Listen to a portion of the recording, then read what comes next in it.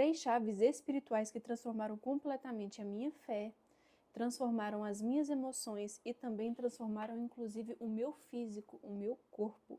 Eu não pretendo editar este vídeo porque eu quero que seja uma conversa mesmo, estou aqui no meu quarto, mas eu queria muito compartilhar com vocês algumas coisas que têm transformado a minha vida e, gente, eu sinto que não vai ter retorno, não vai ter volta. E muitas vezes algumas pessoas me perguntam na internet, no Instagram, e ele também não tem muito tempo, então eu queria compartilhar com vocês por aqui, espero que seja bênção na vida de vocês, né? Então, eu já vou para as 3 chaves, porque por muitas vezes eu sempre disse que Deus, ele é um Deus da segunda-feira. Deus, ele é um Deus prático. Deus, ele é um Deus que não morre ali no culto nos domingos e nem nas missas, enfim, no que você quiser chamar. Deus é um Deus que quer nos trazer sabedoria e entendimento para lidar com os dilemas práticos da vida. Então, por muitas vezes eu ficava assim, gente, por que eu oro e as coisas não acontecem? Qual é de fato a essência da fé? O que faz com que algumas pessoas consigam e eu não? Será que é mesmo só o timing? Será que é mesmo só entender a vontade de Deus? Ou o que eu preciso fazer? Qual é a minha parte nesse processo, sabe? E eu comecei a estudar e, ao mesmo tempo, gente, hoje, estudando, eu entendo que não foi só o meu estudo. Foi uma convergência de ideias e pessoas e materiais e livros que foram chegando até mim. Eu até me lembrei aqui, vou pegar aqui para vocês verem um livro que é muito... Eu tenho um carinho enorme por esse livro, A Poder em Suas Palavras, porque foi um livro que simplesmente chegou na minha vida, gente, e ele é um livro muito antigo, e como eu aprendi com este livro, A Poder em Suas Palavras. É um livro que fala muito comigo mesmo. E eu já quero falar qual é a primeira chave, porque isso mudou totalmente o meu jogo, gente, e isso me curou inclusive das minhas ansiedades. E aí, este é o ponto 3, nós vamos falar sobre ele. A chave número 1 é essa, entender que palavras, gente, elas são frequência. Como assim, Mayara, frequência? E aí entra um pouco do que eu gosto muito de falar sobre a física quântica, né? A física quântica diz que tudo vibra. O que é vibrar? Muitos cristãos, principalmente, têm muito preconceito sobre este tema vibração, né? A vibração nada mais é do que células, átomos se vibrando, mexendo, modificando para se transformar em outro algo. Então, por exemplo, vamos pegar a água. O que diferencia a água que você bebe do gelo que está no seu freezer é nada mais do que um processo vibratório entre as células e conforme elas vibram, elas se juntam para realizar algo. O que é este algo? O que é essa nova realidade? Essa nova realidade é o gelo. Então, o nosso corpo, conforme estudos da física quântica e da mecânica quântica, que é a forma mais evoluída da física, digamos assim, ou, digamos, contradizendo um pouco, a certo modo, a física clássica, ela vem nos mostrar que nós todos somos um conjunto energético. Nossa menor parte viva, ela é nada mais do que uma energia. E essa energia, ela emite uma frequência. Essa onda emite uma frequência. Por quê? Nós somos, então, resultados de ondas eletromagnéticas. O que são ondas eletromagnéticas? Ondas de pensamento e de emoções. Vocês sabem lá nos hospitais que tem aquele aparelhinho que fica medindo? Tup, tup, tup. Ali a gente mede ondas eletromagnéticas, ou seja, o seu coração está emitindo som como se você fosse uma frequência de rádio.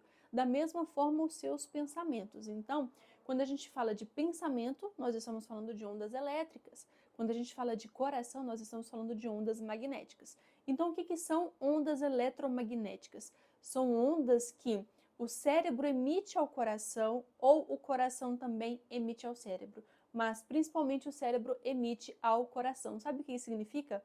Que você pode comandar as suas emoções. E este é um dos pontos em que eu vou falar, uma das chaves que eu vou falar aqui. Então, a chave 1 é: as palavras, elas são frequência, ou seja, você tem rádios, por exemplo, no seu carro que eles tocam músicas sertanejas, e você não gosta muito de músicas sertanejas, você gosta mais de músicas clássicas, você gosta mais de músicas de jazz, então você vai, por exemplo, para uma rádio executiva, que geralmente tocam esse tipo de música. Isto é sintonizar na frequência que emite esse tipo de música. Então, quando a gente fala que palavras são frequência, nós estamos dizendo que as palavras, elas têm o poder de alterar a sua frequência. As palavras, elas são ali aquele dedinho no rádio que altera a sua frequência. Então, saber disso mudou completamente o meu jogo. Porque eu já vi, né, muitas vezes a Bíblia dizendo sobre o haja luz, sobre o fato de Deus ser o verbo, mas quando você pega de fato, e eu confesso que eu tenho muito essa característica de ser muito pragmática, eu gosto muito da ciência, então eu sempre buscava provas científicas, não para crer, mas para testificar o que eu já cria. Então, a Bíblia, embora ela sempre falou isso e eu sempre entendi, hoje eu tenho uma revelação muito maior. E aí entra nesse ponto em que eu estou falando com vocês, que é uma revelação que não tem volta. Hoje eu sei que quando você fala algo, quando você está emocionalmente conectado naquele momento, gente, essas palavras, elas são decretos. Então, quando você está com muita raiva e você emite palavras, gente, vocês podem ter certeza que essas palavras, uma hora ou outra, elas vão precisar ser quebradas.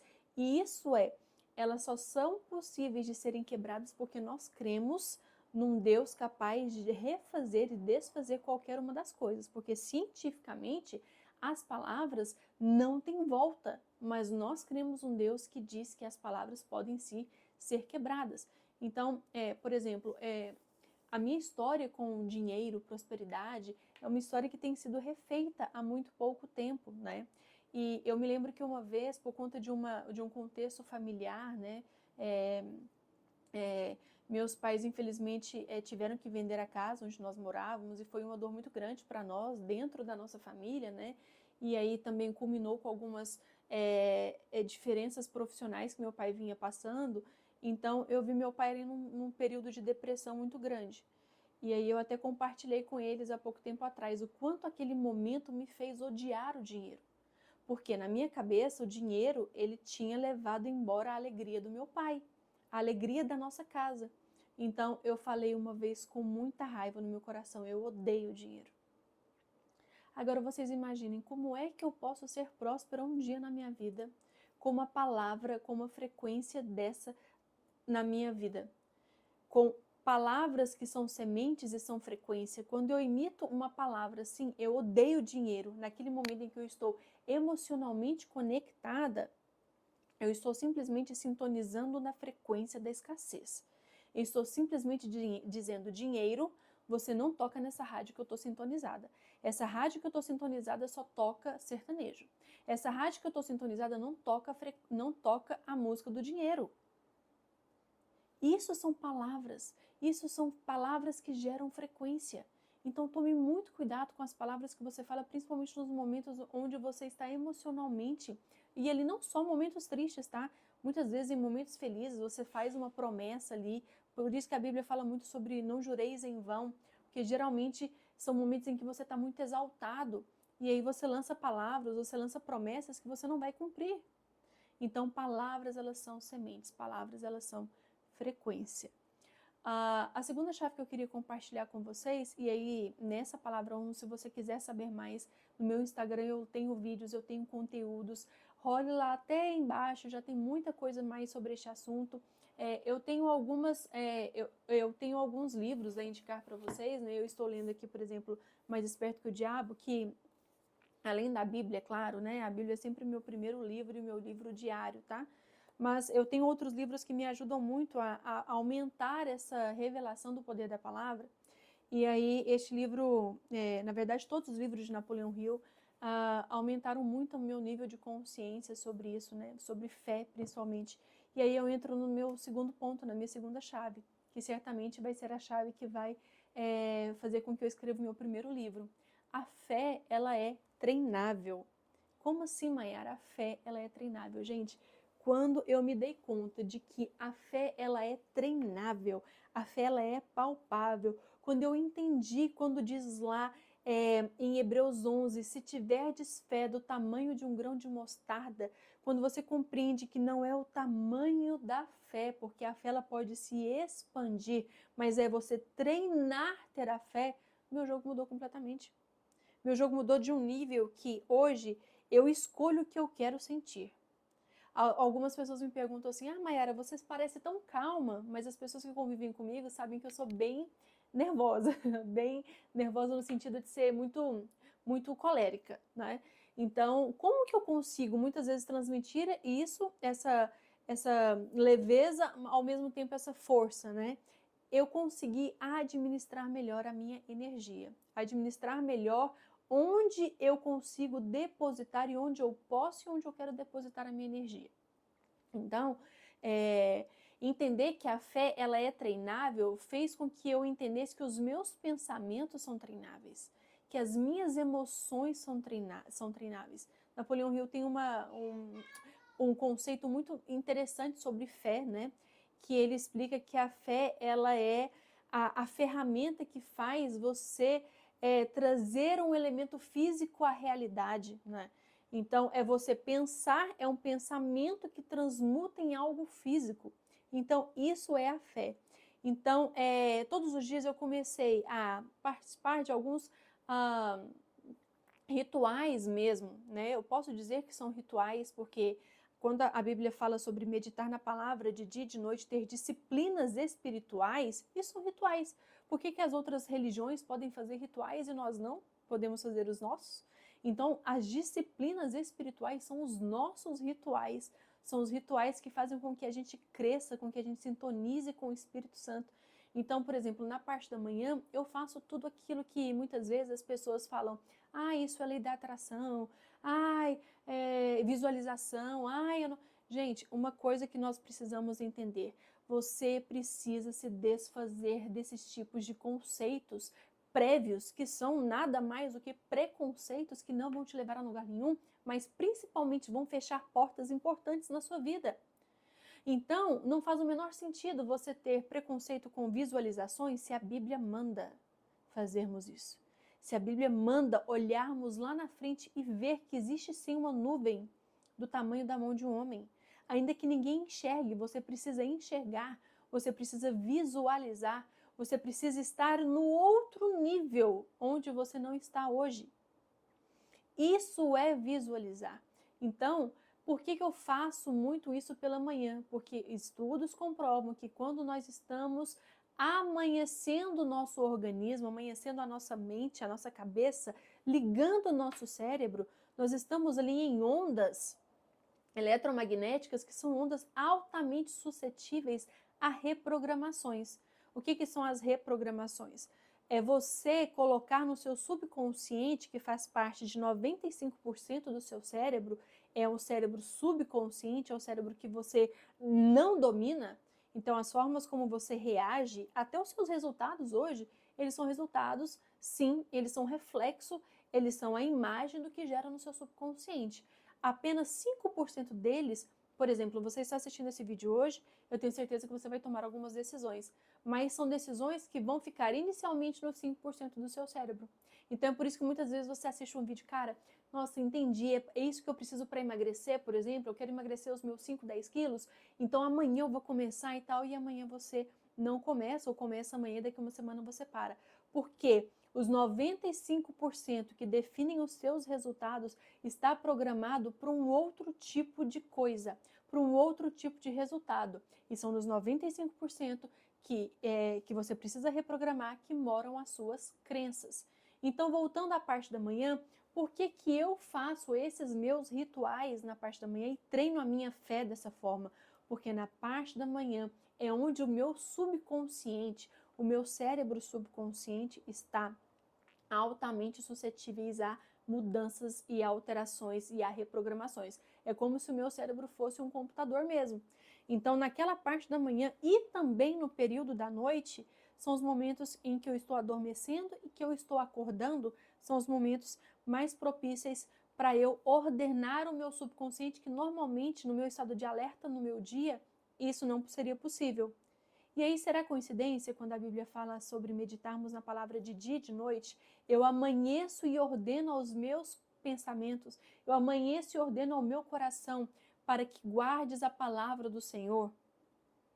Não é à toa, gente, não é à toa, não é à toa. Aliás, nada na Bíblia é à toa. Então, quando você vê a ciência testificando a Bíblia, não é a Bíblia testificando a ciência, é a ciência testificando a Bíblia, você fica completamente assim, uau!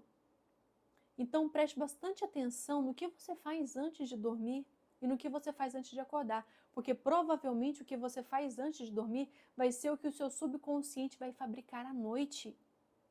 E a Bíblia é muito clara sobre isso.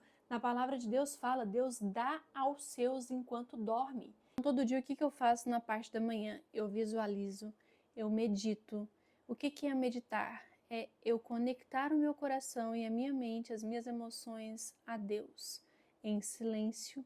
E isso é um outro vídeo também que eu quero mostrar para vocês como é que eu faço essa meditação, essa conexão da minha mente consciente a Deus, porque muitas vezes você está tão acostumado a orar e às vezes você ora e não sente que nada mudou. Gente, é impossível você orar e não ter as suas emoções transformadas. Se você está orando e não está tendo as suas emoções transformadas, é porque você orou no automático. Então, meditar nada mais é do que você conectar de maneira muito intencional, naquele momento, a sua mente e o seu coração. Então, eu acordo, a primeira coisa que eu faço é literalmente conectar a minha mente e o meu coração a Deus. Medito ali em silêncio. Depois vem a parte de escrever no diário. Eu também tenho aqui o diário onde eu escrevo tudo aquilo que Deus traz ao meu coração, e já faço isso há muito tempo. Então é muito bom também porque eu alinho as minhas expectativas ali naquele momento com Deus. Leio a palavra de Deus, eu vou para o meu momento de visualização, de imaginar, de colocar ali na meta, ali o meu papel, as minhas metas no papel, ponto a ponto, onde eu quero chegar, é relembrar o que eu quero fazer até o final do ano, é visualizar, é usar a imaginação. Muitas vezes a gente não chega nos lugares que a gente quer porque simplesmente nós não conseguimos nos imaginar ali. Então isso é treinar a fé. Isso é essa chave que mudou no meu coração, treinar a fé. A fé, ela é absolutamente treinável, como ir para a academia. A terceira e última chave é criar novas possibilidades controlando emoções e pensamentos, que é um pouco daquilo que eu já falei sobre todo o vídeo, né? A importância de você conseguir dominar os seus pensamentos, e assim você vai dominar as suas emoções, e fazendo isso você vai mudar totalmente a frequência do seu dia. Mudando a frequência do seu dia, você muda a frequência da sua vida. Então, mais uma vez, é importante lembrar que a forma como você começa o dia vai determinar totalmente tudo aquilo que você precisa. Me desconcentrei com meu filho rindo ali na sala. Isso é alterar a frequência.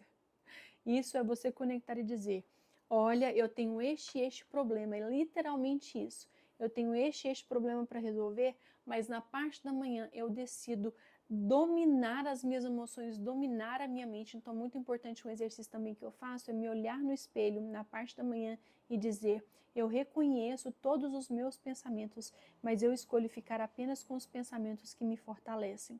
Dizer isso vocês lembram dos 95% em que a gente não consegue acessar com conhecimento? Você só acessa mudando a programação dele. Neste momento em onde você olha para o espelho e dá essa ordem, no momento em que você acorda, lembra que é o momento em que você está mais suscetível a reprogramações? Você está dizendo que reconhece os pensamentos bons e maus que surgem, mas você escolhe ficar apenas com aqueles que fortalecem vocês. E aí é nesse sentido que eu consegui mudar inclusive o meu corpo físico. Eu tinha crises fortíssimas de enxaqueca. Eu já tinha uma disposição genética para ter as enxaquecas, né? Minha mãe sempre teve muitas enxaquecas e eu tenho muitas enxaquecas, tinha, e Deus me curou de todas as formas possíveis. Eu acredito que foi um milagre em todas as esferas. A esfera espiritual, a esfera do ponto de vista do conhecimento mesmo, do conhecimento que eu digo é da minha decisão de querer ser curada. Lembra quando Deus pergunta, quando Jesus pergunta em toda a Bíblia, o que queres que eu faça? Essa é a parte onde você entra na parada da cura. Essa é a parte onde você entra na parada do seu milagre. O que queres? Cara, você precisa primeiro decidir, e aí você precisa aumentar a sua visão e se perguntar: por que é que eu estou tendo enxaquecas? Qual é a utilidade dessa enxaqueca na minha vida? E foi curando a utilidade da enxaqueca na minha vida que eu me curei da enxaqueca. Foi curando a minha visão sobre a enxaqueca, o que eu ganhava indiretamente tendo as enxaquecas, que Deus me curou das enxaquecas. Então, isso é dominar os pensamentos, é você dizer verbalmente mesmo: eu não preciso mais de ter enxaquecas na minha vida. E, gente, há meses eu não uso um medicamento sequer. Eu usava pelo menos 4 comprimidos por dia.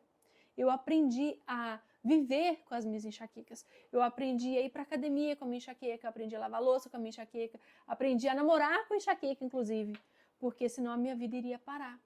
Mas Deus me curou quando eu percebi que eu estava dando uma utilidade para aquela doença na minha vida. E da mesma forma foi o meu bruxismo. Vocês imaginam alguém que já tem uma predisposição à enxaqueca com fortíssimas crises de bruxismo. Eu cheguei a quebrar 4 placas de bruxismo. Eu furei 2 placas, tamanha força que os meus dentes faziam.